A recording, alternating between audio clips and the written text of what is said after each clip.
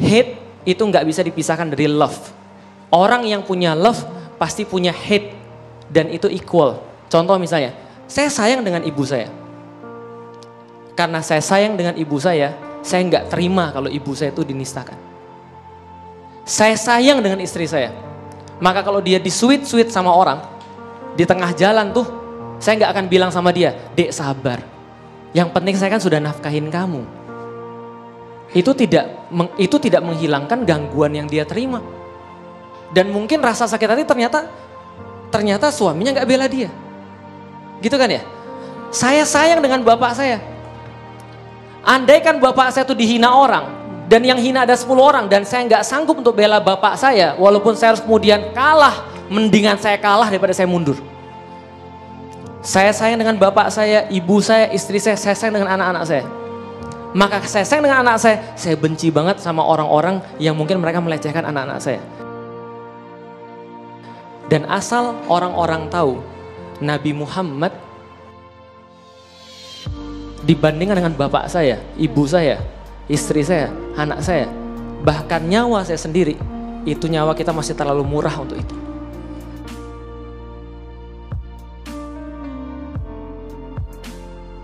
Pertanyaan saya tuh sering mikir begini, gimana kalau andaikan di hari akhir, kita tuh nggak dilihat sama Nabi Muhammad? Atau kita ngelihat beliau, kita nyari beliau, kita nggak ada. Di dunia ini, mungkin ada banyak yang bisa bantu kita. Keyakinan kita loh.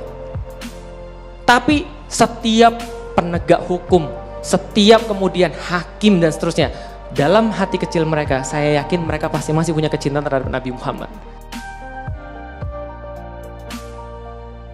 Ada yang bilang Nabi itu kan orangnya lembut, orangnya pemaaf, orangnya tidak mudah tersinggungan.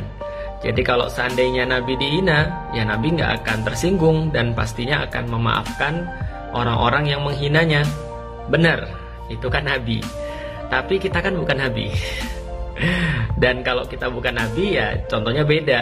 Makanya kalau kita lihat Umar bin Khattab, kita lihat Abu Bakar, kita lihat Utsman, kita lihat Ali, mereka adalah orang-orang yang kalau Nabi dihina, mereka tersinggung, mereka marah, mereka akan memproses orang-orang yang menghina Nabi. Kenapa? Karena kecintaan terhadap Nabi Muhammad SAW. Dan kalau orang sudah punya cinta, ya pasti dia akan mau untuk menampakkan kecintanya itu. Ya masa sih kalau seandainya bapak kita dihina aja kita marah, lantas Rasulullah SAW dihina kita nggak marah. Ini kan ada sesuatu kelainan. Terus ada yang bilang, enggak, kalau bapak gue dihina gue juga nggak marah. Ya terserah lo deh, ya berarti itu ada masalah sama lo bukan sama gue. Yang berikutnya ada lagi yang bilang, itu kan bukan karikatur Nabi, kan mereka nggak pernah ngeliat Nabi, kalian juga nggak tahu Nabi, jadi ya ngapain tersinggung, itu kan bukan karikaturnya. Gini deh, coba nanti besok kalau misalnya kita punya teman ya, kita kasih teman kita gambar cabai, lalu bilang, ini anunya bapakmu ya. Kalau nggak palanya di sliding gitu. Kenapa? Ya karena penghinaan itu yang nggak harus pakai gambar asli.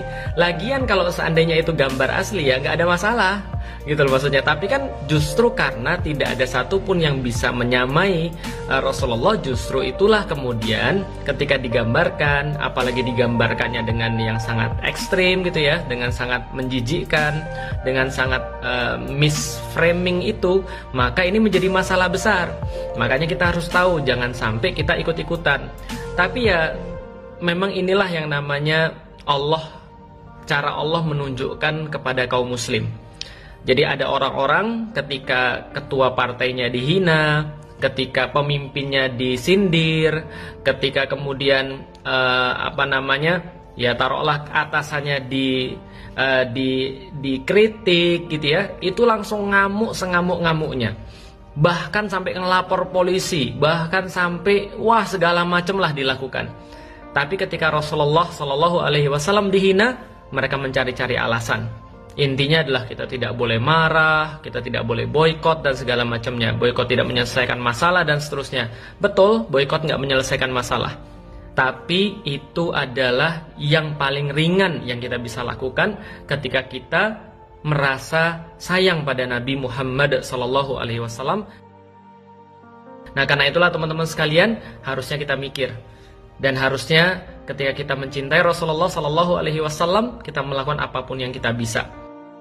Allahumma sholli ala Sayyidina Muhammad. Mudah-mudahan senantiasa kita mencintai Rasulullah, karena itu adalah bagian daripada cinta pada Allah Subhanahu Wa Taala.